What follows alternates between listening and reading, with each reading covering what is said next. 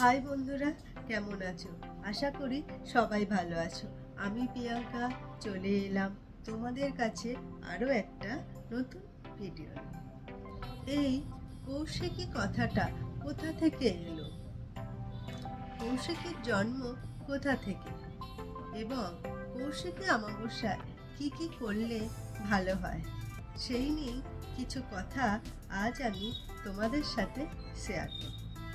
পুরাণ তথ্য অনুসারে জানা যায় যে ব্রহ্মার আশীর্বাদে বর পেয়েছিলেন দুই অসুর। এই দুই অসুর দেবতাদের ওপর খুবই অত্যাচার শুরু করে।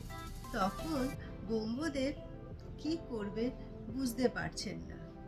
ব্রহ্মদেব ভাবলেন, আমারই তো আশীর্বাদে বর পেয়ে আজ অসুররা এতবার বেড়েছে এবং দেবতাদের ওপর অত্যাচার করছে।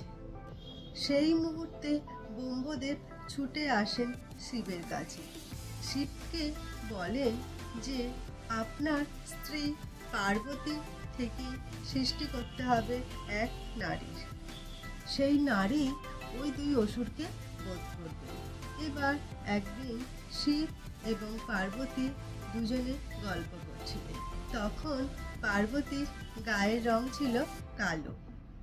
তারপর শিব পার্বতীকে রাগিয়ে দিচ্ছেন, বলছেন যে তোমার গায়ের রং কালো, তোমার গায়ের রং যদি সাদা হতো তাহলে বেশ ভালো হতো।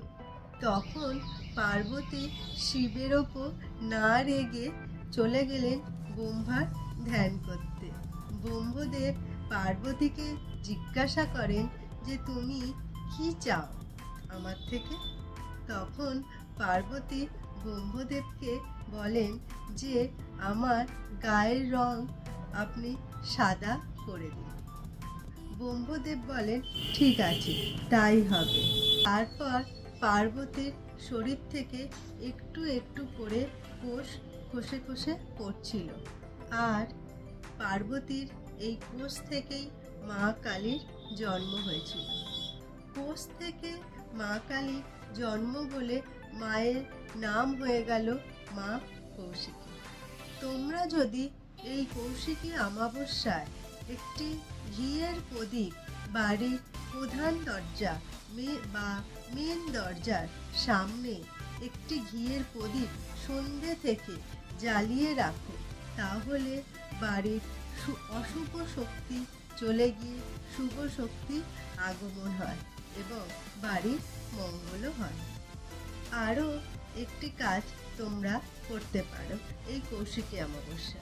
সেটি হলো এই কৌশিকী অমাবস্যা নাম করে যদি সিঁদুর দান করতে পারো তাহলে কিন্তু খুব ভালো হয়। এতে স্বামী স্ত্রীর সম্পর্ক খুব ভালো থাকে। তো এই ছিল আমার আজকের ভিডিও।